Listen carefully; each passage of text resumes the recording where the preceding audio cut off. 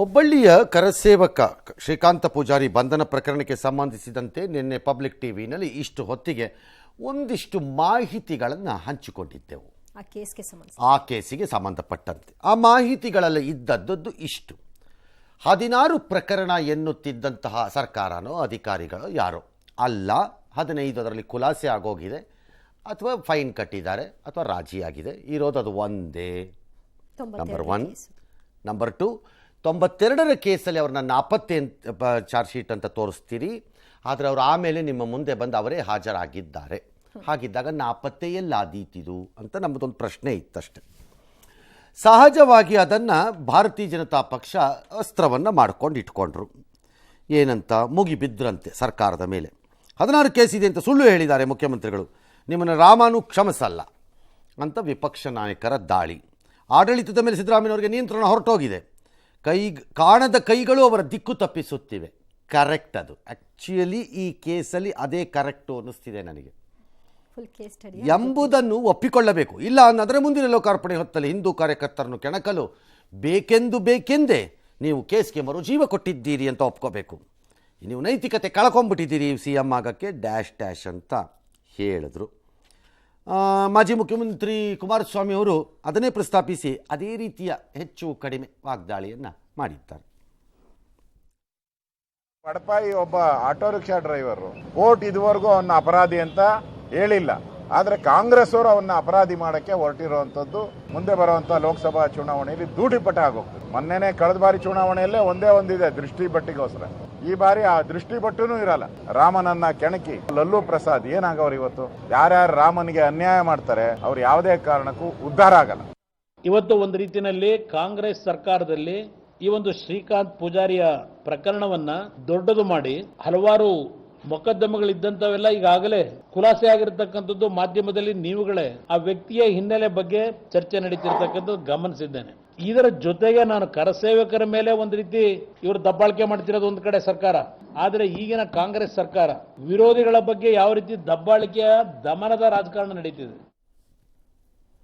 ದಿಕ್ಕು ತಪ್ಪಿದೆ ಅಂತಲೂ ಒಪ್ಕೊಳ್ಳಲ್ಲ, ಈ ಕಡೆಗೆ ನಾವು ಉದ್ದೇಶಪೂರ್ವಕವಾಗಿ ಮಾಡಿದ್ದೀವಿ ಅನ್ನೋದನ್ನು ಒಪ್ಕೊಳ್ಳಲ್ಲ. ಅದನ್ನ ಅವ್ರು ಡಿಫೆಂಡ್ ಮಾಡ್ಕೊಳ್ತಿದ್ದಾರೆ. ಇಲಾಖೆ ಏನ್ ಮಾಡ್ಬೇಕು ಅದನ್ನ. ಈ ವ್ಯಕ್ತಿಯ ಮೇಲೆ ತರಹೇವಾರಿಯಾದಂತಹ ಕೇಸುಗಳು ಇದ್ದದ್ದು ನಿಜ. ಆದರೆ ನನ್ನ ವಾದ ಇಷ್ಟೇ, ಯಾರ ಪ್ರಕರಣ ಬಂದರೂ ಇದೇ ವಾದ ಹೇಳ್ತೀನಿ ನಾನು. ಒಮ್ಮೆ ನ್ಯಾಯಾಲಯ ಅದನ್ನು ಯಾವ ರೂಪದಲ್ಲಾದರೂ ಖುಲಾಸೆ ಮಾಡಿದರೆ ನೀವು ಅದನ್ನೇ ಮತ್ತೆ ಎತ್ತಿಕೊಂಡು ಹೇಳುವಂತಿಲ್ಲ. ಯಾಕೆ ಹೇಳ್ತೀನಿ. ಜಾಲಪ್ಪನವರ ಮೇಲೆ ಒಂದು ಆರೋಪ ಬಂದಿತ್ತು ಭಾಳ ಹಿಂದೆ, ಆ್ಯಸ್ ಎ ಹೋಮ್ ಮಿನಿಸ್ಟರ್ ಅವರು. ಆ ಆರೋಪ ನಂತರ ಖುಲಾಸೆ ಆಯಿತು. ಆದರೆ ಖುಲಾಸೆ ಆಗಿದ್ದನ್ನು ಪರಿಗಣಿಸದೆ ಒಮ್ಮೆ ಯಾರೋ ಒಬ್ಬರು ಒಂದು ಇದರಲ್ಲಿ ಅದನ್ನು ಬಳಸಿದ್ರು, ಒಂದು ಮೆಸೇಜ್ ಕಳಿಸಿದ್ರು ಅವರು. ಇದು ಖುಲಾಸೆ ಆದಮೇಲೆ ಅದನ್ನು ವಾಪಸ್ ಬಳಸ್ಕೊಂಡು ನನ್ನನ್ನು ಆರೋಪಿ ಅಂತನೋ ಅಪರಾಧಿ ಅಂತನೋ ತೋರ್ಸಕ್ಕೆ ಬರಲ್ಲ ನಿಮಗೆ ಅಂತ. ಅದನ್ನು ಹೇಳಿದವರು ಬಹಳ ಗಂಭೀರವಾಗಿ ಮತ್ತು ಸೌಜನ್ಯದಿಂದ ಒಪ್ಪಿಕೊಂಡರು. ನಾನು ಈಗಲೂ ಅದನ್ನೇ ಹೇಳ್ತಿರೋದು. ಇಲ್ಲ ಪ್ರಕರಣ ಅಂತ ಹೇಳಲಿಕ್ಕೆ ಬರಲ್ಲ. ಆದರೆ ಈಗಿಲ್ಲ ನೀವು ಹೇಳ್ಕೋತಿದ್ದ ಪ್ರಕಾರದಲ್ಲಿ ಅದು ಇಲ್ಲ ಅಂತ ನನ್ನ ವಾದ. ಎರಡನೆಯ ವಾದ, ನಾನು ನಿನ್ನೆ ಅವ್ರಿಗೆ ಹೇಳಿದ್ದ ದಾಖಲೆಗಳು ನನ್ನ ಕೈಗೆ ಸಿಕ್ಕಿದಾಗ ನೀವು ಅವ್ರನ್ನ ಅಬ್ಸ್ಕಾಂಡರ್ ಅಂತ ತೋರಿಸಿ ತಪ್ಪು ಮಾಡಿದ್ರಿ. ಯಾಕೆ ಅಂದರೆ ಅಬ್ಸ್ಕಾಂಡರ್ ಅವಾಗ ಆಗಿದ್ದಕ್ಕೆ ನಿಮ್ಮ ಮುಂದೆನೇ ಅವ್ರು ಬಂದಿದ್ರಲ್ಲಪ್ಪ. ಫಿಸಿಕಲಿ ದೈಹಿಕವಾಗಿ ಅಲ್ಲೇ ಹುಬ್ಳಿಲಿ ಅವ್ರು ಓಡಾಡ್ಕೊಂಡಿದ್ರು, ಆಟೋ ರಿಕ್ಷಾ ಓಡಿಸ್ಕೊಂಡು ಕಾರ್ ಓಡಿಸ್ಕೊಂಡು ಇದ್ರು ಅನ್ನೋದು ಬೇರೆ. ಪೊಲೀಸ್ನವ್ರು ಬಂದ ನಮ್ಗೇನು ಬೇರೆ ಕೆಲಸ ಇಲ್ವಾ, ದುರ್ಬೀನ್ ಹಾಕಿ ಎಲ್ಲಿ ಓಡಾಡಿಸ್ತಾ ಇದ್ದಾರೆ ಅಂತ ಹುಡ್ಕಕ್ಕಾಗ್ತಿತ್ತ ಅಂತ ಅನ್ಬೋದಿತ್ತೇ ನಾವು. ನಿಮ್ಮ ಮುಂದೆನೇ ಬಂದಿದ್ದಾರೆ ಮುಚ್ಚಳಿಕೆ ಬರ್ಕೊಡಕ್ಕೆ ಬೇರೆ ಬೇರೆ ಸಂದರ್ಭದಲ್ಲಿ. ಆಸ್ ಲೇಟೆಸ್ಟ್ ಆಸ್ 2018 ಅಲ್ವಾ, ಅದನ್ನು ಹೇಳಿದ್ದಿತ್ತು. ಹಾಗಾಗಿ ಈಗ ನೆಕ್ಸ್ಟು ಇದು ನ್ಯಾಯಾಲಯಕ್ಕೆ ಮರ್ಯಾದೆ ಕೊಡಬಾರ್ದ ಹೋಮ್ ಮಿನಿಸ್ಟರ್? ಆ ಒಂದು ಉಳಿದುಕೊಂಡಿರೋ ಕೇಸು ನಡೆಯಲೇಬೇಕು, ಬೇರೆ ದಾರಿ ಇಲ್ಲ. ಹೋಗಿರೋದ್ರಿಂದ ಅಲ್ಲೇ ಇತ್ಯರ್ಥ. ನಿಮಗೆ ಯಾವ ದಾರಿನೂ ಇಲ್ಲ. ನಿನ್ನೆ ಯಾರೋ ಕಾಂಗ್ರೆಸ್ MLA ನಾವು ಅವ್ರನ್ನ ಬಿಡುಗಡೆ ಮಾಡಲ್ಲ ಅಂತ ನಾನು ಹೇಳಿದೆ. ನೀವು ಯಾರ್ರೀ ನಿಮ್ಮ ಕೈಯಲ್ಲಿ ಇಲ್ಲ ಬಿಡುಗಡೆ ಮಾಡೋಕ್ಕೂ ಹಿಡ್ಕೊಂಡು ಬರೋಕ್ಕೂ? ಹಿಡಿಸ್ಕೊಂಡು ಬರ್ಬೋದು ಬೇಕಿದ್ರೆ ನೀವು ಪೊಲೀಸ್ನವ್ರು ನಿಮ್ಮ ಕಡೆ ಅಂತಂದರೆ. ಬಿಡುಗಡೆ ಮಾಡೋಕ್ಕೆ ನ್ಯಾಯಾಲಯಕ್ಕೆ ಒಮ್ಮೆ ಹೋಗಾದ ಮೇಲೆ, ಜುಡಿಷಿಯಲ್ ಕಸ್ಟಡಿಗೆ ಅದು ರೆಫರ್ ಮಾಡಿದ ಮೇಲೆ ನ್ಯಾಯಾಲಯನೇ ಆ ತೀರ್ಮಾನ ಮಾಡಬೇಕು. ಪೊಲೀಸ್ ಸ್ಟೇಷನ್ನಲ್ಲಿ ಕೂರಿಸ್ಕೊಂಡಿದ್ರೆ ಆಗ ಬಿಡುಗಡೆ ಮಾಡೋದು ನಿಮ್ಮ ಕೈಯಲ್ಲಿರ್ಬೋದು. ಅವ್ರು ಯಾರು? ಹಾಗೆ ಈ ಪ್ರಕರಣದಲ್ಲೂ ಇದು ಇತ್ಯರ್ಥವಾಗಲೇಬೇಕು. ಆ ವ್ಯಕ್ತಿ ಅದನ್ನು ಎದುರಿಸಲೇಬೇಕು. ಅದು ಏನಾಗುತ್ತೋ ಬಿಡುತ್ತೋ ನನಗೆ ಗೊತ್ತಿಲ್ಲ. ಈಗ ಅದನ್ನ ತಗೊಂಡಿದ್ದ ಸಮಯ ಇದೆಯಲ್ಲ, ಅದು ಕೂಡ ಚರ್ಚೆ ಆಗ್ತದೆ. ಸೊ ಕ್ವಶನ್ ಈಸ್ ಸಮಯ ಮತ್ತು ಈ 16 ಕೇಸ್ ಯಾಕೆ ಬಂತು ತನೀಗ ಬಿಜೆಪಿಯವರು ಪ್ರಶ್ನೆ. ಸಮಯ ಪಾಸಿಬಲಿ ಕಾಕತಾಳೀಯನೂ ಇರಬಹುದು. ನಾನು ಅದು ಹೀಗೆ ಟಾರ್ಗೆಟ್ ಆಗಿದೆ ಅಂತ ಹೇಳಲಿಕ್ಕೆ ನನ್ನ ಹತ್ರ ಸ್ಪಷ್ಟವಾಗಿ ಏನು ಕಾಣಿಸ್ತಾ ಇಲ್ಲ ಇದರಲ್ಲಿ. ಆದರೆ 16 ಕೇಸ್ ಎಂಬುದರ ವಿಚಾರದಲ್ಲಿ ಮಾತ್ರ ಯಾರು ಎಡವಬೇಡಿ. ಯಾರು ಅಂದರೆ ಎರಡೂ ಪಕ್ಷದವರು. ಯಾಕೆ ಅಂತ ಹೇಳ್ತೀನಿ, ಈ ನಿಮ್ಮ ರಾಜಕಾರಣಿಗಳಿಗೆ ಒಂದು ರೋಗ ಇದೆ. ಆ ರೋಗದ ಹೆಸರು ಒತ್ತಾಯ ಮಾಡುವುದು. ಒತ್ತಾಯ ಮಾಡುವ ರೋಗ ನಿಮ್ಮದು, ಎರಡೂ ಪಕ್ಷಗಳಿಗೆ ಅಥವಾ ಯಾವುದೇ ಪಕ್ಷಕ್ಕೆ. ಅವ್ರು ಯಾರು ಏನು ಹೇಳಿದಾಗ ಇದು ಸಾಬೀತಾದ್ರೆ ರಾಜೀನಾಮೆ ಕೊಟ್ಬಿಡಬೇಕು ಅಂತದ್ದು. ಸಾಬೀತು ಮಾಡಿದರೆ ನಾನು ನಿವೃತ್ತಿ ತಗೊಂಡ್ಬಿಡ್ತೀನಿ, ಅಲ್ಲಿಗೆ ಸೀಮಿತ, ಇದಕ್ಕೆ ಕ್ಷಮೆ ಕೇಳಬೇಕು, ನೀನು ಕ್ಷಮೆ ಕೇಳಬೇಕು ಅಂತ ನೀವು ಬಡಿದಾಡ್ಕತ್ತೀರಿ. ಮಾನ ಮರ್ಯಾದೆ ಇಲ್ಲದೆ ಸ್ವಲ್ಪನೂ.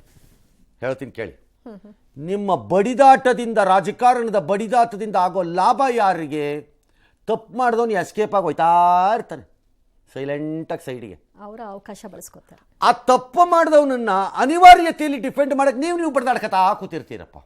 ಈ ಪ್ರಕರಣವು ಬಹಳ ಬ್ಯೂಟಿಫುಲ್ ಎಕ್ಸಾಂಪಲ್ ಅಂತದ್ದಕ್ಕೆ. ದಿ ಆನರಬಲ್ ಪೊಲೀಸ್ ಕಮಿಷನರ್ ಮತ್ತು inspector should have given the proper information to home minister and chief minister. ಇವರಿಬ್ಬರಿಗೂ ಈ ಪ್ರಕರಣದ ಆಳ ಅಗಲ ಗಲಾಟೆ, ಗೋಜಲು, ಗೊಂದಲ, ವಿವಾದ ಇವ್ಯಾವು ಅರಿವಿಗೆ ಬಾರುವುದಕ್ಕೆ ಮೊದಲೇ ಆಗೋಗಿದೆ ಅಂತ ನನ್ನ ಅಭಿಪ್ರಾಯ. ಈಗ ಅದಾದ್ಮೇಲೆ ತಗಲಾಕೊಂಡ್ರೆ ಇವರು ಒಳಗೆ ಬಂದಷ್ಟೇ, ಬೇರೆ ದಾರಿ ಇಲ್ಲ. ಡಿಫೆಂಡ್ ಮಾಡಬೇಕು. ಹೋಮ್ ಮಿನಿಸ್ಟರ್ ಕೆನಾಟ್ ಸೇ ಹೌದೌದು ದಟ್ ಇನ್ಸ್ಪೆಕ್ಟರ್ ಸರಿ ಇಲ್ಲ, ಆ ಕಮಿಷನರ್ ಸರಿ, okay I remove them, don't worry ಅಂತ ಹೇಳಕ್ ಬರಲ್ಲ ರೂಲಿಂಗ್ ಪಾರ್ಟಿನಲ್ಲಿ. ಈಗ ಸಮರ್ಥಿಸ್ಕೊಳ್ಳೇಬೇಕು. ಹೇಳಲ್ವಾ ಇವರು? CID ರಾಜ್ಯ ಪೊಲೀಸರ ಕೈಯಲ್ಲಿದೆ, CBI ಕೊಡ್ರಿ ಅನ್ನೋದು. ಅಲ್ಲಿ ಕೇಂದ್ರದಲ್ಲಿ CBI ಅಪ್ಪಿತಪ್ಪಿ ಅವ್ರ ವಿರುದ್ಧವಾದ ಪಕ್ಷ ಇದ್ರೆ ಆಗ ಇದು CBI ಕೊಡಕ್ಕೆ ಬರಲ್ಲ, ನಮ್ಮ ಪೊಲೀಸ್ನವ್ರು ಸಮರ್ಥರು ಅಂತ ಅವರೇ ಈ ಕಡೆ ಹೇಳಿರ್ತಾರೆ 2 ವರ್ಷದಿಂದ. CBI ಕೊಡ್ರಿ, ನಿಮ್ಮ ಪೊಲೀಸ್ನವ್ರಿಗೆಲ್ಲ CBI ಕೊಡ್ರಿ, ಹಾಗಾಗಿ ನಮಗಿದು ಗೊತ್ತಿದೆ.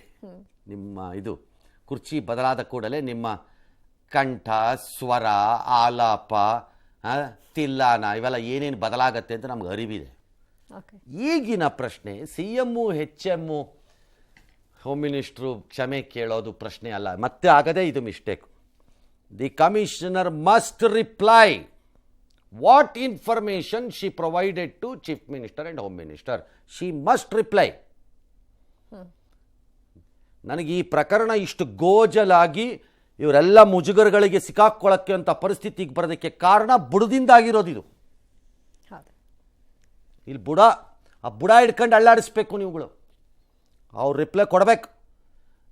ಚೀಫ್ ಮಿನಿಸ್ಟರ್ ಆಫೀಸ್ಗೋ ಹೋಮ್ ಮಿನಿಸ್ಟರ್ ಆಫೀಸ್ಗೋ ಏನು ಇನ್ಫಾರ್ಮೇಷನ್ ಕೊಟ್ರಿ? ಇಲ್ಲ ನಾನು 16 ಕೇಸ್ ಇಲ್ಲ, ಒಂದೇ ಕೇಸ್ ಇತ್ತು, 15 ವಜಾ ಆಗೋಗಿದೆ ಅಥವಾ ಖುಲಾಸಿ ಆಗಿಬಿಟ್ಟಿದೆ ಅಥವಾ ಏನೋ ಆಗೋಗಿದೆ ಅಂತ ನಾನು ಹೇಳಿದ್ದೆ ಅವರು ಅಂತಂದರೆ ಅದನ್ನಾದ್ರೂ ಹೇಳಿ. ಆಗ ಇವರಿಬ್ಬರು ರೆಸ್ಪಾನ್ಸಿಬಲ್ ಗೊತ್ತಿದ್ದು ಹೇಳ್ತಾ ಇದ್ದಾರೆ. ಇಲ್ದಿದ್ರೆ ಯಾವ ಚೀಫ್ ಮಿನಿಸ್ಟರ್ ಆಗಲಿ, ಈಗ ನನಗೆ ತಗೊಳ್ಳಿ ಉದಾಹರಣೆಗೆ, ನಮ್ಮ ವರದಿಗಾರರು ಎಲ್ಲ ಜಿಲ್ಲೆಗಳಿಂದ ಮಾಹಿತಿಗಳನ್ನು ಕಳಿಸ್ತಾ ಇರ್ತಾರೆ. ನಾನು ಐ ಟ್ರಸ್ಟ್ ದೆಮ್, ನಾನು ಅವ್ರನ್ನ ನಂಬಬೇಕು. ಕೆಲವೊಮ್ಮೆ ಕ್ರಾಸ್ ಚೆಕ್ ಮಾಡ್ಕೋತೀನಿ ಅಷ್ಟೇ, ಎಲ್ಲದಕ್ಕೂ ನಾನು ಕ್ರಾಸ್ ಚೆಕ್ ಮಾಡ್ಕೊಂಡು ಕೂತ್ಕೊಳ್ಳ. ನಾನು ಅವ್ರನ್ನ ನಂಬಬೇಕು, ಅವ್ರನ್ನ. ನನಗೆ ಬೇರೆ ದಾರಿ ಇಲ್ಲ. It's same. Home minister, chief minister ಒಂದು ಕಮಿಷನರ್ ಕಳಿಸಿದ ಇನ್ಫಾರ್ಮೇಷನನ್ನು ನಂಬದೆ ಇನ್ನೇನು ಮಾಡಬೇಕು? ಯಾರಾದರೂ ಅಷ್ಟೇ ನಾಳೆ. ಹಾಗಾಗಿ ಇದರಲ್ಲಿ ಎ ಕ್ಲಿಯರ್ ಕೇಸ್. ನನ್ನ ಪ್ರಕಾರ ಇವೆಲ್ಲ ಈ ಲೆವೆಲ್ಗೆ ಬಂದು ನಿಂತ್ಕೊಂಡು ಇವತ್ತು ರಾಜ್ಯವ್ಯಾಪಿ ನಮಗೆ ಮರ್ಯಾದೆ ಹೋಗೋಕ್ಕೆ ಕಾರಣ ಅಲ್ಲಿಂದಾನೇ ಸ್ಟಾರ್ಟ್ ಆಗಿರೋದು. ಹಾಗಾಗಿ ಅವ್ರನ್ನ ಕೇಳಿಸಿ ಫಸ್ಟ್, ಅಲ್ಲಿಂದ ಉತ್ತರ ತಗೊಳ್ಳಿ. ಮತ್ತೆ ಅದೇ ಆಟ ಆಫೀಸರ್ಗಳು ಎಸ್ಕೇಪ್, ರಾಜಕಾರಣಿಗಳು ಬಡದಾಡ್ಕೊಳ್ಳೋದು, 3 ದಿನ ಆದಮೇಲೆ ದಿ ಎಂಡ್ ನೆಕ್ಸ್ಟ್ ಇನ್ ಯಾವುದೋ ಕೇಸ್ ಬಂದಾಗ ಅಂತ ಆಗಬಾರ್ದು. ಅದಾಗಬಾರ್ದು ಅಂತ ನಮ್ಮ ಅಭಿಪ್ರಾಯ. ಕಳಕಳಿ ತಗೊಳ್ಳೋದು ಬಿಡೋದು ಅವ್ರಿಗೆ ಬಿಟ್ಟು ನಿಮ್ಮ ಇಷ್ಟ, ಏನಾರು ಮಾಡ್ಕೊಳ್ಳಿ. ನಾವೇನು ಮಾಡೋಕ್ಕಾಗತ್ತದಕ್ಕೆ? ಈಗ ನಮ್ಮ ಕೈಯಲ್ಲಿದೆಯಾ ಹೇಳಿದ್ನಲ್ಲ ಹೇಳೋಕ್ಕೆ? ಹೇಳ್ಬೋದು. ಭಾಳ ಜನ ಅಂದ್ಕೊಂಡಿದ್ದಾರೆ ಹೀಗೆ ಮಾಡ್ಕೊಂಬಿಟ್ಟಾಗ ನನ್ನ ಹಿಂದಿನ ಹೇಳಿಕೆಗೂ ಮತ್ತು ನಿಲುವಿಗೆ ನಾನು ಬದ್ಧನಾಗದಿದ್ದರೆ ಅದು ಏನೋ ಅವಮಾನವಾದೀತು, ಸೋತೆ, ಶರಣಾಗ್ಬಿಟ್ಟೆ ಅಂತ ಭಾವನೆಯಲ್ಲಿ ಸಿಲುಕಿ ನರಳಾಡ್ತಾರೆ. ನೋ, ಕೆಲವೊಮ್ಮೆ ಕೆಲವು ಪ್ರಕರಣಗಳಲ್ಲಿ ತಪ್ಪಾಗಿದ್ದರೂ ಹೌದು ಇದು ತಪ್ಪಾಗಿದೆ, we will not allow this ಅಂತೇಳಿ ಕ್ರಮ ತೆಗೆದುಕೊಂಡ್ರೆ ಪಬ್ಲಿಕ್ ಅಂದರೆ ಜನ ವಿಲ್ ಲೈಕ್ ಇಟ್, ಅಂದರೆ ಇಷ್ಟಪಡುತ್ತಾರೆ. ಅವ್ರ ಮುಂದೆ ದೊಡ್ಡವರಾಗ್ತೀರಿ ಅಷ್ಟೇ. ಶ್ರೀಕಾಂತ್ ಪೂಜಾರಿ ವಿರುದ್ಧದ ಪ್ರಕರಣಗಳ ವಿಚಾರಣೆಯಲ್ಲಿ ಕಾಂಗ್ರೆಸ್ ಮೊಂಡುವಾದ ಮುಂದುವರೆಸಿದೆ. ಯಾರೇ ಅವನು ಕರಸೇವಕ, ಆತ ಮಟ್ಕಾ ಆಡೋನು, ರೌಡಿ ಶೀಟರ್, ನೀವು ಹೀಗೆಲ್ಲ ಹೋರಾಟ ಮಾಡಿ ಕರಸೇವಕ ಎನ್ನುತ್ತಾ ರಾಮನಿಗೆ ಅಪಮಾನ ಮಾಡಬೇಡಿ ಅಂತ ಎಂಬಿ ಪಾಟೀಲ್ ಗುಡುಗಿದ್ದಾರೆ. ಕೋರ್ಟ್ ಕಾನೂನಿಗೆ ಬಿಜೆಪಿ ಬೆಲೆಯೇ ಕೊಡಲ್ಲ, ನಾವು ಹಿಂದೂ ವಿರೋಧಿಗಳಲ್ಲ ಅಂತ ಗೃಹ ಮಂತ್ರಿಗಳು ಹೇಳಿದ್ದಾರೆ. ಈ ರೀತಿಯ ಹಿಂದುತ್ವದಿಂದಲೇ ಅಂಬೇಡ್ಕರ್ ಬದಲಾದ್ರು ಅಂತ ಕೆಎನ್ ರಾಜಣ್ಣ ಅವರ ವ್ಯಾಖ್ಯಾನ. ಇನ್ನು ಕರಸೇವಕರ ಬಗ್ಗೆ ಮಾತನಾಡಿದ ಕುಮಾರಸ್ವಾಮಿಗೆ ಒಳ್ಳೆಯದಾಗಲಿ ಅಂತ ಡಿಸಿಎಂ ಲೇವಡಿ ಮಾಡಿದ್ದಾರೆ. ಮಾಜಿ ಸಿಎಂ ಜಗದೀಶ್ ಶೆಟ್ಟರ್ ಅವರು ಮಾತ್ರ ಇಡೀ ಪ್ರಕರಣಕ್ಕೆ ಇನ್ನೊಂದು ಆಯಾಮ ಕೊಟ್ಟರು. ಕರಸೇವಕ ಶ್ರೀಕಾಂತ್ ಬಂಧನ ಪ್ರಕರಣದಲ್ಲಿ ಪ್ರಹ್ಲಾದ್ ಜೋಶಿ ಕೈವಾಡ ಇದೆ ಅಂತ ಆರೋಪಿಸಿದರು. ಲೋಕಸಭಾ ಚುನಾವಣೆ ಗೆಲ್ಲೋಕೆ ಬಿಜೆಪಿ ಹೀಗೆ ಪ್ಲಾನ್ ಮಾಡಿಕೊಂಡಿದೆ. ಹಿಂದೂ ಮುಸ್ಲಿಂ ಡಿವೈಡ್ ಮಾಡೋಕೆ ಮುಂದಾಗಿದ್ದಾರೆ. ಧಾರ್ಮಿಕ ವಿಚಾರಗಳ ಮೇಲೆ ಅಧಿಕಾರಕ್ಕೆ ಬರ್ತೀವಿ ಅನ್ನುವಂತಹ ಭ್ರಮೆ ಅವರದ್ದು ಅಂತ ಟೀಕಿಸಿದರು. ಗೂ ಬೆಲೆ ಇಲ್ಲ, ಕಾನೂನಿಗೂ ಬೆಲೆ ಇಲ್ಲ. ಅವನು ಯಾರು 16 ಕೇಸ್ ಇರೋನ ಬಗ್ಗೆ ಇಷ್ಟೊಂದು ದೊಡ್ಡ ಇಶ್ಯೂನ ಇಡೀ ದೇಶದಲ್ಲಿ ಮಾಡೋದಕ್ಕೆ ಹೊರಟಿದ್ದೀರಾ? ನಮ್ಮ ಸರ್ಕಾರ ಯಾರು ಆರಿಸಿರೋದು? ಜನ ಯಾರು? ಹೆಚ್ಚಿನ ಅಂಶ ಹಿಂದೂಗಳೇ ಇದ್ದಾರಲ್ವಾ? ಮತ್ತೆ ನಾವ್ ಹೆಂಗ್ ಹಿಂದೂ ವಿರೋಧಿ ಆಗ್ತೀವಿ? ಹೇಳೋದಕ್ಕೂ ಒಂದು ಇತಿಮಿತಿ ಇರಬೇಕಾಗ್ತದೆ. ಅದನ್ನ ನಾವು ಯಾವುದೇ ಕಾರಣಕ್ಕೂ ಕೂಡ ನಾವು ಇಂಥ ವಿಚಾರದಲ್ಲಿ ನ್ಯಾಯವಾಗಿ ಹೋಗೋದಕ್ಕೆ ಪ್ರಯತ್ನ ಮಾಡ್ತೀವಿ. ಆ ಕರಸೇವಕ ಅಂತ ಏನು ಹೇಳಿ ಇವರು ಮೊದಲು ಆಕ್ಸಿಡೆಂಟ್ ಮಾಡ್ಕೊಂಡ್ಬಿಟ್ಟಿದ್ದಾರೆ. ಈಗ ಅವ್ರಿಗೆ ಅವ್ನ ಇತಿಹಾಸ ಗೊತ್ತಿಲ್ಲ. ಅವನು ಮಟ್ಕ ಎಲ್ಲ ದಂಧೆಗಳನ್ನ ಮಾಡ್ಕೊಂಡು 18 ಕೇಸ್ ಇದೆ ಅವನ ಮೇಲೆ. ಅವ್ನು ಕರಸೇವಕ ಮಾಡಕ್ಕೆ ಹೋಗಿ ಇವತ್ತು ಕಮಿಟ್ ಆಗಿಬಿಟ್ರಿ, ಈಗ ತಪ್ಪು ಮಾಡಿ. ಈಗ ಮಜಗೂರ ಆಗಿದೆ, ಹಿಂದೆ ಬರೋಕ್ಕೂ ಸದ್ಯಲ್ಲ, ಮುಂದೆ ಜನ ನಗ್ತಾ ಇದಾರಲ್ಲಿ ಹುಬ್ಳಿಯಲ್ಲಿ. ಅಂತ ಮಟ್ಕ ಆಡೋನ ಮಟ್ಕ ಹಾಕೋದು ಬಿಜೆಪಿನವರಿಗೆ ಬಂಡವಾಳ ಏನಿಲ್ಲ. ಅವ್ರಿಗೆ ಹಿಂದುತ್ವ ಅಷ್ಟೇ. ಈ ರೀತಿ ಹಿಂದುತ್ವ ಹೇಳೇನೆ ಅಂಬೇಡ್ಕರ್ ಅವರು ನಾನು ಹಿಂದೂ ಆಗಿ ಸಾಯೋದಿಲ್ಲ ಅಂತ ಹೇಳಿ ಅವರು ಬೌದ್ಧ ಧರ್ಮ. ಇವತ್ತು ಪ್ರಹ್ಲಾದ್ ಜೋಶಿ ಅವರು ಇಲ್ಲಿ ಹಿಂದೂ ಮುಸ್ಲಿಂ ಡಿವೈಡ್ ಮಾಡ್ಕೊಂಡೆ ಇವತ್ತು ಅದನ್ನ ಅಡ್ವಾಂಟೇಜ್ ತಗೊಂಡು ಲೋಕಸಭಾ ಎಲೆಕ್ಷನ್ ಗೆಲ್ಲೋದು ಅಷ್ಟೇ. ಅದ್ರ ಸಲುವಾಗಿ ಇದೆಲ್ಲ ಮಾಡೋದು. ಇದರ ಹಿಂದೆ ಪ್ರಹ್ಲಾದ್ ಜೋಶಿ ಅವ್ರದ್ದು ಕೈವಾಡಿದೆ ಅಂತ ಹೇಳ್ತೇನೆ ನಾನು. ಇದನ್ನು ಪೊಲೀಸರು ಮಾಡಿರೋದು, ಇದು ಸರ್ಕಾರದ ಇನ್ಸ್ಟ್ರಕ್ಷನ್ ಮತ್ತು ಯಾರೋ ಪ್ರಚೋದನೆಯಿಂದ ಇದು ಮಾಡಿದ್ದಲ್ಲ. ಅದೇ ಹಿಂದೂ ಮುಸ್ಲಿಂ ಡಿವೈಡ್ ಮಾಡೋದು ಅಷ್ಟೇ ನಿಮ್ದು, ಮತ್ತೆ ಬೇರೆ ಏನಿಲ್ಲ. ಧಾರ್ಮಿಕ ವಿಚಾರಗಳ ಮೇಲೆ ಯಾಕೆ ಸರ್ ನನಗೆ ಶೆಟ್ಟರ್ ಸ್ಟೇಟ್ಮೆಂಟ್ಸು ಭಾಳ ವಿಚಿತ್ರವಾಗಿ ಕಾಣಿಸ್ತಿರುತ್ತೆ. ದಿ ಆನರಬಲ್ ಶೆಟ್ಟರು ಬೆಳೆದು ಬಂದ ಸಿದ್ಧಾಂತ ಏನು? ಇದೇ ಆರೋಪಗಳ ಸಿದ್ಧಾಂತದ ನೆರಳಿನಲ್ಲೇ ನೀವು ಇಷ್ಟು ಚೀಫ್ ಮಿನಿಸ್ಟರ್ ಆಗಿದ್ದುವೆ. ಹೌದು, ಹೋರಾಟದ ಎಕ್ಸಾಕ್ಟ್ಲಿ ಇದೇ ಆರೋಪವನ್ನು ನೀವು ಎದುರಿಸ್ತಾ ಇದ್ರಿ ಬಾವುಟ ಆರಿಸೋ ಸಂದರ್ಭದಲ್ಲಿ ಈದ್ಗಾ ಮೈದಾನದಲ್ಲಿ. You are facing the same. What a transformation in you. ರಾಜಕಾರಣದಲ್ಲಿ ಪಕ್ಷ ಬದಲಾದಾಗ ಎಷ್ಟು ಸುಲಭವಾಗಿ ಹೆಂಗೆ ಬದಲಾಗತ್ತೆ ಅನ್ನೋಕ್ಕೆ I am flabbergasted, surprised. ಸೈದ್ಧಾಂತಿಕ ನಿಲುವುಗಳು ಇನ್ನು ಹಿಂದೂ ಮುಸ್ಲಿಂ ಡಿವೈಡ್ ಮಾಡೋಕ್ಕೆ ಮುಂದಾಗಿದೆ. ಡಿವೈಡ್ ಮಾಡೋಕ್ಕೆ ಉಳ್ಕೊಂಡಿರೋದಾದರೂ ಏನಿದೆ? ಆಲ್ ರೈಟ್, ನಾಳೆ ಬಿ ಜೆ ಪಿಯಿಂದ ನಾವೆಲ್ಲ ಮುಸ್ಲಿಮರ ಪರ ಅಂತ ಹೇಳ್ಬಿಟ್ಟು ಓಟ್ ಹಾಕಿ ಬಂದ್ಬಿಡುತ್ತೆ. ಅವ್ರಿಗೆ ಬರಲ್ಲ, ಅವ್ರಿಗೂ ಗೊತ್ತು, ಅವ್ರಿಗೂ ಅಲ್ವಾ? ಇನ್ನು ಡಿವೈಡ್ ಮಾಡೋಕ್ಕೆ ನನಗೆ ಶೆಟ್ಟರ್ ಸ್ಟೇಟ್ಮೆಂಟ್ ಮಾತ್ರ ಭಾಳ ಇದೆ. ಧಾರ್ಮಿಕ ವಿಚಾರಗಳ ಮೇಲೆ ಅಧಿಕಾರಕ್ಕೆ ಬರ್ತೇವೆ ಅಂದರೆ ಅದು ಭ್ರಮೆ. How did your party survived? ಹಾಗಾದರೆ ಅಲ್ಲಿದ್ದಾಗ ನೀವು ಈಗಲ್ಲ, ಅಥವಾ ಒಂದು ಹೇಳಬೇಕು ಶೆಟ್ಟರ್, ನನ್ನ ಸ್ಲೇಟಲ್ಲಿ ಹಿಂದಿನ ಪಕ್ಷದಲ್ಲಿ ಇದ್ದಾಗ ನನ್ನ ಜೀವನದ ಸ್ಲೇಟ್ನಲ್ಲಿ ಏನೇನಿದೆ ಅದನ್ನೆಲ್ಲ ಅಳಿಸ್ಬಿಟ್ರಪ್ಪ, ಈಗ ಹೊಸದಾಗಿ ಬರೀತಿದ್ದೀನಿ ಅಂತ ಹೇಳಿಬಿಡಿ. ಇನ್ನು rowdy sheeter M B Patil ಹೇಳ್ತಿದ್ದಾರೆ, maybe rowdy M B Patil can be liable. ಯಾರೋ ಒಬ್ಬರು ಒಂದು ಕ್ವಶನ್ ಮಾಡಿ ಅದನ್ನು ಚಾಲೆಂಜ್ ಮಾಡಿದ್ರೆ, ಈಗ maybe was not is. ಯಾಕೆ ಅಂತ ಇನ್ನೊಂದು ಹೇಳ್ತೀನಿ ಇವತ್ತು. ಈ ರೌಡಿ ಶೀಟರ್ ಎಂಬಂತಹ ಪ್ರಕರಣವನ್ನು ವಿಡ್ರಾ ಮಾಡಿರೋದು ಎಂ ಬಿ ಪಾಟೀಲರೇ ನಿಮ್ಮ ಸರ್ಕಾರದ ಅವಧಿಯಲ್ಲಿ.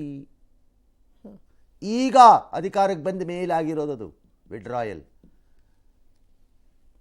ರೆಕಮೆಂಡೇಶನ್ ಯಾವಾಗ ಬಂದಿತ್ತು ಅನ್ನೋ ನಂಗೆ ಗೊತ್ತಿಲ್ಲ, ಆಗಲೇ ಆಗಿರೋದು.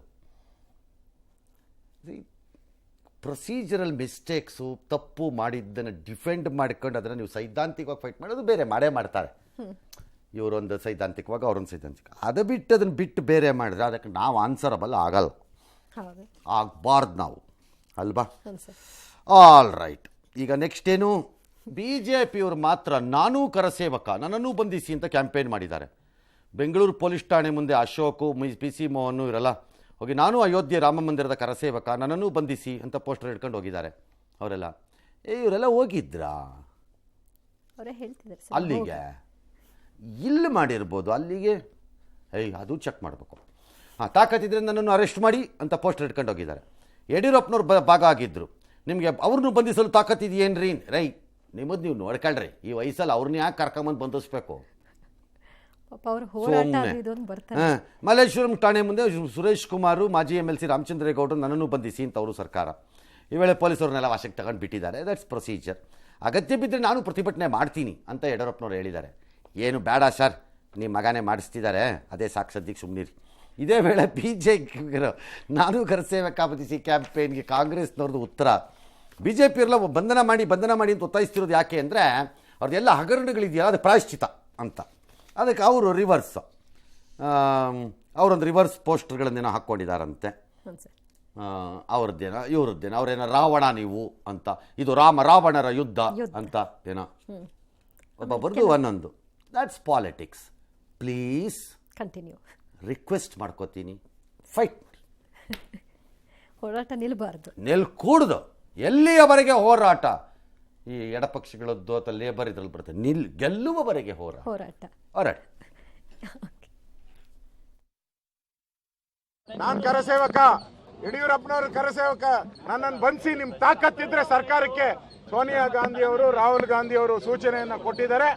ಅದರ ಮೇರೆಗೆ ಇವತ್ತು ಕರ್ನಾಟಕದಲ್ಲಿರುವಂತ ಎಲ್ಲ ಕರಸೇವಕರನ್ನ ಬಂಧಿಸುವಂತ ನೀಚ ಕೆಲಸವನ್ನ ಕಾಂಗ್ರೆಸ್ಸಿನ ಈ ನೀಚ ಬುದ್ಧಿ ಮಾಡ್ತಾ ಇದೆ. ಹಿಂದಿನ ಪೇಜಾವರ ಶ್ರೀಗಳವರು, ಹೂವೆ ಶೇಷಾದ್ರಿಗಳು ಅಲ್ಲಿ ರಾಮನ ಪ್ರತಿಷ್ಠಾಪನೆ ಮಾಡೋಕ್ಕೆ ಬಂದಾಗ ನಾನು ಸಹ ಅವ್ರ ಜೊತೆಗಿದೆ ಅನ್ನುವಂಥದ್ದು ನನ್ನ ಸೌಭಾಗ್ಯ ಅಂತ ನಾನು ಭಾವಿಸಿದ್ದೇನೆ. ನಮ್ಮೆಲ್ಲ ಕಾರ್ಯಕರ್ತರು ಮಾಡ್ತಾ ಇದ್ದಾರೆ, ಅದನ್ನು ನೋಡ್ತಾ ಇದ್ದೇನೆ. ಅಗತ್ಯವಿದ್ದಾಗ ನಾನು ಮಾಡ್ತೇನೆ. ಯಾಕೆ ಈ ರಾಜಕಾರಣಿಗಳ ಈ ಫೈಟಿಂಗ್ ಇದೆಯಲ್ಲ, ನಿನ್ನ ಮೇಲೆ ಕ್ರಿಮಿನಲ್ ಕೇಸ್ ಇದೆ, ನಿನ್ನ ಮೇಲೆ ಕ್ರಿಮಿನಲ್ ಕೇಸ್ ಇದೆ, ನಿನ್ನ ಮೇಲೆ ಕ್ರಿಮಿನಲ್ ಕೇಸ್ ಇದೆ ಅಂತ ಈಗ MB ಪಾಟೀಲ್ ಹೇಳ್ತಿದ್ರು. ಅವನೇನ್ರಿ ಅವನೇನು ಸಂಭಾವಿತಾನ? ಅವ್ನು ರೌಡಿ ಶೀಟ್ರು, ಮಟ್ಕ ಗಿರಾಕಿ, ಅವನೇನ್ರಿ? ಕರೆಕ್ಟ್ ಇತ್ತು, ಇಲ್ಲ, ಈಗ ಪ್ರಶ್ನೆ ಬೇರೆ. ಎಷ್ಟು ಸುಲಭವಾಗಿ ನಾವು ಮರಿತೀವಿ ಈ ದೇಶದಲ್ಲಿ ಅನ್ನಕ್ಕೆ. Lalu Prasad Yadav is A convicted fellow. ಈ ದೇಶದ ಜನರ ದುಡ್ಡನ್ನು ತಿಂದು ತೇಗಿರೋರು, ಅವರನ್ನು ನಿಮ್ಮ ಅಲಯನ್ಸಲ್ಲಿ ಪಕ್ಕದಲ್ಲಿ ಕೂರಿಸ್ಕೋತೀರಿ. ಅದು ಅವಮಾನ ಅಲ್ವೇನು ಯಾರಿಗೂ? ಅದು ಅವಮಾನ ಅಲ್ವೇನು? ಆಗಲೇಬೇಕಲ್ಲ. ಮತ್ತೆ ಗೋಧ್ರಾನಲ್ಲಿ ನರಮೇಧ ಆದ ನಂತರ ನಡೆದ ಘಟನಾವಳಿಗಳಲ್ಲಿ ಹೆಣ್ಣುಮಗಳಿಗೆ ಆದ ಅವಮಾನದ ವಿಚಾರದಲ್ಲಿ ಅವರನ್ನು ನಾವು ಮೊದಲೇ ಬಿಡುಗಡೆ ಮಾಡ್ತೀವಿ ಅಂತ BJPನೇ ಮಾಡಿರೋದು. ಅದು ಅವಮಾನ ಅಲ್ವೇನು? ಅದು ಅವಮಾನ ಅಲ್ವಾ? ಆದ್ದರಿಂದ ನಿಮ್ಮ ಈ ಪುಂಗಿ ಏನಿದೆ, ನಮ್ಮ ಮುಂದೆ ಕೊಡ್ತಿರೋ ಅಂತಹ ಉಪನ್ಯಾಸ, ಇದನ್ನು ಬಂದ್ ಮಾಡಿ, ಬಾಯಿ ಮುಚ್ಕೊಂಡು. ನಮಗೆ ಪರಮೇಶ್ವರ್ ಹೇಳಿದ್ರಲ್ಲ, ನಮಗೆಲ್ಲ ಓಟ್ ಕೊಟ್ಟಿದ್ದಾರೆ, ನಮಗೆ ಅನಿವಾರ್ಯತೆ ಮತ್ತು ಬೇರೆ ಗತಿ ಇಲ್ಲ ಅಂತ ಓಟ್ ಹಾಕ್ತಾ ಇದ್ದೀವಿ. ನಿಮ್ಮ ಮೇಲೆ, ಎಲ್ಲರ ಮೇಲೆ, BJPನ ಕಾಂಗ್ರೆಸ್ ಯಾರು ಇದ್ಕೊಳ್ಳಿ, ಅವ್ರವ್ರ ರಾಜ್ಯಕ್ಕೆ, ಅವ್ರವ್ರ ಜನಕ್ಕೆ, ಅವ್ರವ್ರಿಗೆ, ಏನು ಪ್ರೀತಿಯಿಂದ ಅಲ್ಲ, ಗತಿ ಇಲ್ಲ ನಮಗಿನ್ನು ಅಂತ ಓಟ್ ಹಾಕ್ತಿರೋದು ನಿಮಗೆ. ಸ್ಟಾಪ್ ಮಾಡಿ ಈ ಪುಂಗಿನ ಎಲ್ಲರೂ. ನಿಮಗೆ ಬೇಕಾದಾಗ ನೀವು ಅದನ್ನು ಹಂಗಂಗೆ ಹೇಳ್ತೀರಿ, ಅನುಕೂಲಕ್ಕೆ ಬಳಸ್ಕೊಳ್ಳಿ. ಅಲ್ಲಿ convicted fellow. Here Srikanth Poojari, whatever is past background, I have no idea ಅಂದರೆ ಇದೆ, ಕೇಸಲ್ಲಂತೂ ಇದೆ past background, but is discharged. ಅಲ್ಲಿ ಕನ್ವಿಕ್ಟೆಡ್ ಫೆಲೋ ಪಕ್ಕ ಕೂತ್ಕೋತೀರಿ. ಸೋಷಿಯಲ್ ಮೀಡಿಯಾದಲ್ಲೂ ಪೋಸ್ಟ್ಗಳನ್ನ ಹಾಕಿದಾರಲ್ಲ ಸರ್ ಕೆಲವೊಂದಷ್ಟು BJP ಅವ್ರದ್ದು. ಸೋಷಿಯಲ್ ಮೀಡಿಯಾ ಸುಳ್ಳು ಸುದ್ದಿ ಹಬ್ಸೋರ್ ವಿರುದ್ಧ ಕ್ರಮ ಅಂತ ಹೇಳ್ತಾರೆ. ಈಗ ಅದು ಈ ಹಾಕಿರೋ ಪೋಸ್ಟ್ಗಳಲ್ಲಿ ಯಾವ್ದು ಪ್ರೂವ್ ಆಗಿದೆ ಸರ್? ಇದು ಸುಳ್ಳು ಸುದ್ದಿ ಅನ್ನಿಸ್ಕೊಳ್ಳಲ್ವಾ ಸರ್? ಅನ್ನಿಸ್ಕೋಬೋದು. ಅವ್ರವ್ರಿಗೆ ಸುಳ್ಳು ಅನ್ನಿಸ್ದಾಗ ಅವ್ರವ್ರ ಕ್ರಮ ತಗೋತಾರೆ, ಅವ್ರವ್ರಿಗೆ ಶಕ್ತಿ ಇದ್ದರೆ.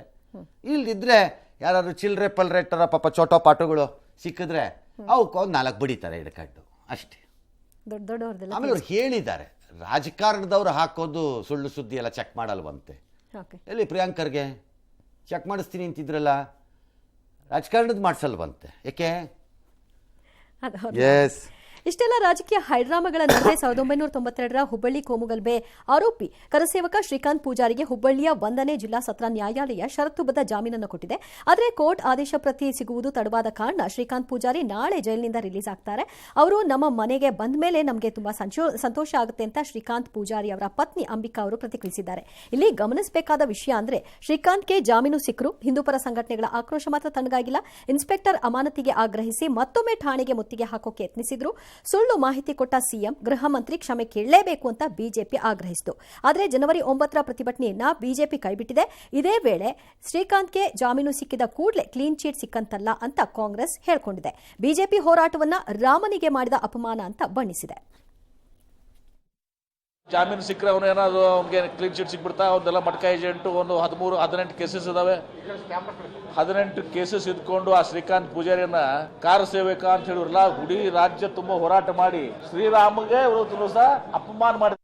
ನಾವಷ್ಟು ಪ್ರತಿಭಟನೆ ಮಾಡಿಲ್ರಿ, ಇನ್ನೂ ಅನೇಕರನ್ನ ಒಳಗೆ ಹಾಕವ್ರಿದ್ರು. ಅನೇಕ ಕಡೆ ಇನ್ನೂ ಹಿಂದೆ ಯಾವ್ಯಾವುದೋ ಸಣ್ಣ ಪುಟ್ಟ ಕೇಸುಗಳಲ್ಲಿದ್ದಂಥ ಹಿಂದೂ ಸಂಘಟನೆಯಲ್ಲಿ ತೊಡಗಿಸಿಕೊಂಡ್ರಂಥ ಅನೇಕರನ್ನ ಕರೆಸೋರಿದ್ರು. ನಾನು ಅವತ್ತೇ ಕಮಿಷನರ್ಗೆ ಫೋನ್ ಮಾಡಿ ಹೇಳಿದೆ, ಇದು ಒಂದು ಆಗಿದೆ, ಇದ್ರ ಬಗ್ಗೆನೂ ನಾವು ಹೋರಾಟ ಮಾಡ್ತೀವಿ, ಮುಂದೇನಾದ್ರೂ ಈ ರೀತಿ ಮಾಡಿದರೆ ಬಹಳ ದೊಡ್ಡ ಪ್ರಮಾಣದಲ್ಲಿ ನೀವು ವಿರೋಧವನ್ನು ಎದುರಿಸಬೇಕಾಗ್ತದೆ ಅಂತ ತಿಳ್ಕೊಂಡು ಇಲ್ಲಿ ಅವ್ರು ಬರ್ತಾರ ನೋಡ್ರಿ, ಅವಾಗ ಹೇಳ್ತೀನಿ ರೀ, ಖುಷಿ ಆಗ್ತಿತ್ರಿ. 8 ದಿನ ಆತ್ರಿ. ಈಗ 8 ದಿನ ಮನೆಗೆ ಏನಿಲ್ರಿ ನಮ್ದು, ನಾವು ನಂಗೂ ಆರಾಮಿಲ್ರಿ, ಹಂಗ ಹೇಗತ್ತಾರ್ರಿ ಬರ್ತಾರ. MB ಪಾಟೀಲ್ರಿಗೆ ಇನ್ನೂ ಯಾರು ಇನ್ಫಾರ್ಮೇಶನ್ ಕೊಟ್ಟಿಲ್ವಾ ಖುಲಾಸೆ ಆಗಿದೆ ಅವೆಲ್ಲ ಅಂತ? ಅವರಿನ್ನೂ ಅಲ್ಲೇ ಇದ್ದಾರೆ. ಇನ್ನೂ ಅಲ್ಲೇ ಇದ್ದೀರಾ ನೀವು? You appear to be struck in 1992. ಯಾರು ಒಬ್ರು ಹೇಳಿ. ಯಾಕೆ ಅಂದರೆ ಸಾಮಾನ್ಯವಾಗಿ ನಮ್ಮ ದೇಶದಲ್ಲಿ ಇವೆಲ್ಲ ಆಗಲ್ಲ. ಸೀರಿಯಸ್ಲಿ ತಗೊಳ್ಳೋದಾದ್ರೆ this can be and if ಇದು ತಪ್ಪದು, ಚಾಲೆಂಜ್ ಮಾಡ್ಬಿಡ್ಬೋದು. Under what clause ones have been discharge ಹೆಂಗೆ ಹೇಳ್ತೀರಾ ಅಂತ, ಹೆಂಗೆ ಹೇಳ್ತೀರಿ ನನ್ನ ಮಟ್ಕ ರೌಡಿ ಅಂತ ಹೆಂಗೆ ಹೇಳ್ತೀರಿ ಅಂತ. ಹಾಗಾಗಿ ಅದನ್ನು ನೋಡ್ಕೊಂಡು ಹೇಳಬೇಕು. ಎರಡನೇದು ಜಾಮೀನು ಸಿಕ್ಕ ಕೂಡಲೇ ಕ್ಲೀನ್ ಚೀಟ್ ಅಲ್ಲ. ಕರೆಕ್ಟ್, ಅದು MB ಪಾಟೀಲ್ ಹೇಳಿದ್ದು ಸರಿ. ಕ್ಲೀನ್ ಚೀಟ್ ಅಲ್ಲ, ಜಾಮೀನ್ is not discharge from the case. Relief ಅಷ್ಟೇ. ಆ ಕೇಸನ್ನು ಅವ್ರು ಫೇಸ್ ಮಾಡಬೇಕು, ಆಮೇಲೆ ಏನಾಗುತ್ತೋ ಅದು ಅವ್ರಿಗೆ ಬಿಟ್ಟಿದ್ದು, ನ್ಯಾಯಾಲಯಕ್ಕೆ ಬಿಟ್ಟಿದ್ದು. ಬಿಜೆಪಿ ಹೋರಾಟವನ್ನು ರಾಮನಿಗೆ ಮಾಡಿದ ಅಪಮಾನ ಅಂತ ಯಾರು? ಕಾಂಗ್ರೆಸ್ನವರು. ನನಗೆ ಗೊತ್ತಿಲ್ಲ, ನಿಮ್ದು ರಾಜಕೀಯವಾಗಿ ಏನಾದ್ರು ಹೇಳ್ಕೊಳ್ಳಿ. ನನಗೆ ಒಂದೇ ಒಂದು ಕೆಟ್ಟ ಕುತೂಹಲ ಇದೆ, ಅದು ಕೇಳ್ಕೊಂಡ್ಬಿಡ್ತೀನಿ. ಯಾರು ನಾಳೆ ಈ ಟ್ವೀಟಾಸುರರು ಇದ್ದಾರಲ್ಲ, ಟ್ವೀಟಾ ರಾಕ್ಷಸರು, ಆಯಾ ಪಕ್ಷಗಳ ಒಳಗಡೆ ಇರುವಂಥ ರಾಕ್ಷಕ ಮರಿ ಮೊಮ್ಮಕ್ಕಳ ರಾಕ್ಷಸರಿದ್ದೀರಲ್ಲ, ಅವ್ರು ಯಾರು ಒಂದು ಟ್ವೀಟ್ ಮಾಡೋದಿದ್ರೆ ಮಾಡಿ. ಬಿಜೆಪಿ ಹೋರಾಟವನ್ನು ರಾಮನಿಗೆ ಮಾಡಿದ ಅಪಮಾನ. ಯಾವ ರಾಮ? ಆಂಜನೇಯನ ರಾಮನೋ ಅಯೋಧ್ಯೆಯ ರಾಮನೋ? ಚೂರು ಕ್ಲಾರಿಫೈ ಮಾಡಿಬಿಡಿ.